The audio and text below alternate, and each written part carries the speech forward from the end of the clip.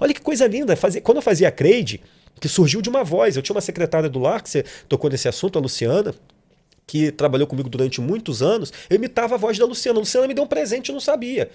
Ela me deu a Creide, ela me deu uma personagem. E com a minha personagem, eu fico muito, quando eu encontro muita gente, Charles, como eu ria, Charles, como aquilo era divertido, Charles, como... Meu Deus do céu, então eu tenho algum valor no que eu faço. Eu acho que isso é maravilhoso. Um professor da aula vai para casa, depois ele passa anos e encontra uma pessoa, oi professor, eu sou fulano, fui seu aluno, sou médico. Olha a importância, olha como aquela pessoa deve se sentir. É esse sentimento que eu tenho. Então você está feliz de me ver aqui. Mas muito, 12 Cris. anos depois. Muito, Cris. Você sabe que tanto você estava lembrando de uns colegas no nosso encontro, e você falando, nossa, Charles, fulano está fazendo tal coisa, fulano, lembra que você disse para ele ser apresentador? Claro que eu lembro. Que não era para ele ficar na coisa do ator e tal. Essa sensibilidade, do que muito do que a gente fala, a gente tem que ter muita responsabilidade. Quando a gente tem um potente na nossa frente, um microfone, que é o que a gente está fazendo aqui, a gente tem uma responsabilidade, porque a gente está com a nossa verdade levando para as pessoas. Então eu acho que quando a gente tem essa oportunidade, primeiro a gente tem que ter muito discernimento daquilo que a gente fala. E depois saber que é um privilégio. Só para... Eu não paro, né, Sérgio? Você fica chateado de eu ficar fazendo perguntas? Eu fico só aprendendo com vocês dois. Eu trabalho aprendendo com ela e converso com ela. Imagina, é que eu sou tagarela mesmo. Eu sei que eles... Tá todo mundo curioso para saber da Creide, né? Porque eu sou fã da Creide. Eu gravei videoclipe da Creide. Você gravou, é de verdade. Biquíni na praia. Na Praia da Barra, é verdade. Tem anos, hein, gente? Eu tava podendo, né? Época do funk, Cris, ela quer elogio. Eu quero elogio. Época do funk. Eu tava podendo, gente. Agora mais ou menos, né? Pode muito ainda, você pode. Eu já escutei histórias da Creide, da construção da Creide, né? E isso que você falou que é tão bonito, né? Que foi um presente que a Luciana, sua secretária doméstica, te deu e nem sabia, né? E a Luciana era uma pessoa que não tinha filtro, né? Total. Se ela tivesse que falar para o Sérgio que ele estava com a gola da camisa assim, que estava feio, ou que o cabelo estava assim assado, ela falava, né? Para qualquer um. E aí, como é que você foi anotando? Foi um clique?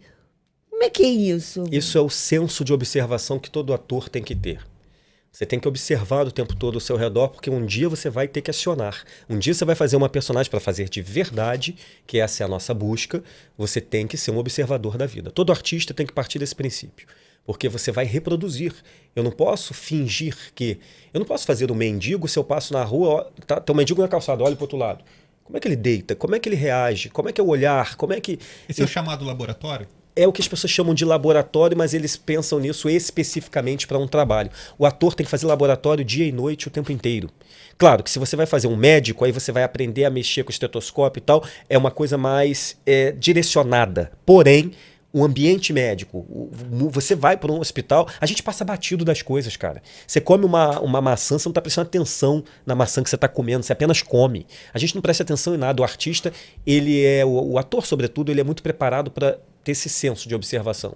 Então, foi isso, assim. Faz a voz, por favor. Você sabe que eu tô um pouco resfriado, né? O que a Luciana falava? A Luciana falava assim, nesse agudo, né, Nen? Você não quer que eu fique fazendo a Creide aqui, Nen? O cara me chamava de Nen. A Luciana é uma figura tão fantástica que na primeira semana ficou 9 anos comigo. Ela faleceu tem 1 ano. A Luciana, ela chegou na minha casa, logo na primeira semana, não foi trabalhar. Luciana, não vai dar, você não chega para trabalhar... Fechou o morro, Charles. Neurótico não deixou ninguém descer. Eu falava, o que é isso, Luciana? Assim, e contava umas histórias maravilhosas. Chegava pessoas na minha casa, eu posso falar, porque ela sabe disso, a Samara Filippo, a atriz, ela abria a porta. Ih, achei que você era mais alta, garota. Eu falei, gente, isso é maravilhoso. Ela falava. Leonardo Midiorin, um ator, uma vez ela pôs café da manhã e ele foi tomar um suco, tinha um suco de laranja e tal, ele falou, não, suco de laranja. Garoto chato, igual na novela. Gente, a Luciana é fantástica. Ela fala na cara de todo mundo. Aí veio a personagem, que a Creide é isso. A Creide falava. Ela sentava no banco da praça pro Carlos Alberto, contava as histórias e falava o que queria, sem filtro. O bordão, o bordão. Eu cochilo mais de olho aberto. E aí a gente fez um funk na época, né? Rendeu pra caramba. Tinha os filhos da Creide, que eram os 2 anõezinhos. Jonathan e Jennifer.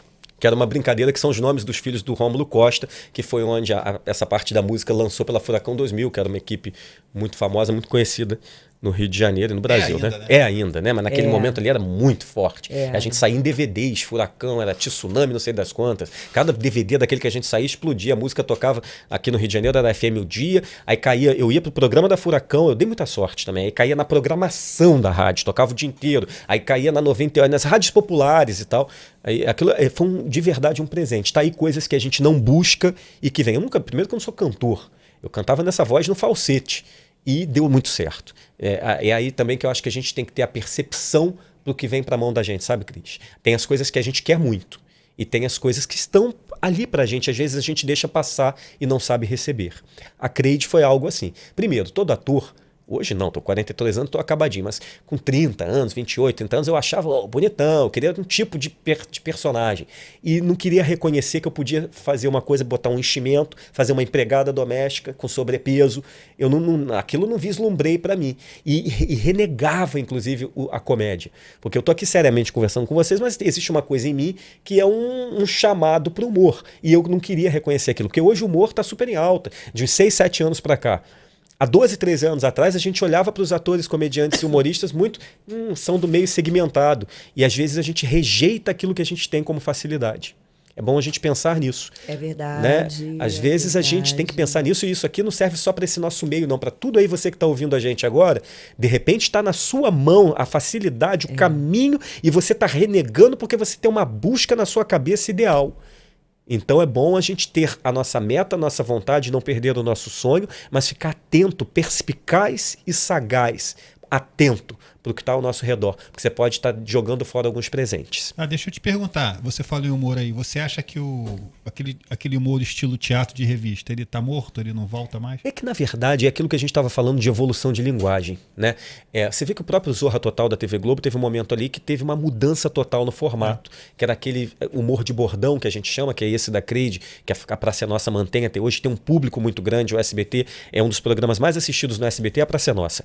Mas depois do Pânico, quando chega ali aquele outro tipo de humor, onde tem muito palavrão, Chico Anísio não sobreviveria hoje, não teria Chico Anísio hoje, porque Chico Anísio fazia você rir. Primeiro, você podia fazer um humor político. Não existia o politicamente correto. Não existia. Claro, não a gente não tinha essa censura velada que a gente vive.